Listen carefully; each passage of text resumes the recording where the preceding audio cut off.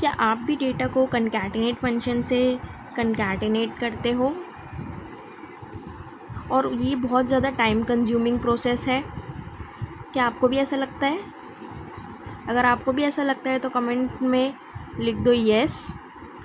And देखो, अगर इसमें बहुत ज़्यादा टाइम लगता है तो हमारे पास एक ऑल्टरनेटिव मेथड है जो कि है टेक्स्ट जॉइन फंक्शन। तो हम क्या करेंगे, इसको ना करके हम टेक्स्ट जॉइन फंक्शन को यूज़ करेंगे एंड टैब प्रेस करेंगे, डेलीमीटर यूज़ करेंगे। डेलीमीटर में क्या, हम डबल कोट्स कॉमा लगा देंगे, हम कुछ भी यूज़ कर सकते हैं डेलीमीटर में, स्पेस कॉमा।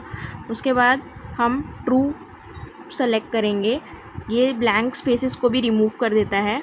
उसके बाद हम अपनी रेंज सेलेक्ट करेंगे शिफ्ट दबा के, shift and right arrow, and then enter, and then drag, and it's done. Thank you.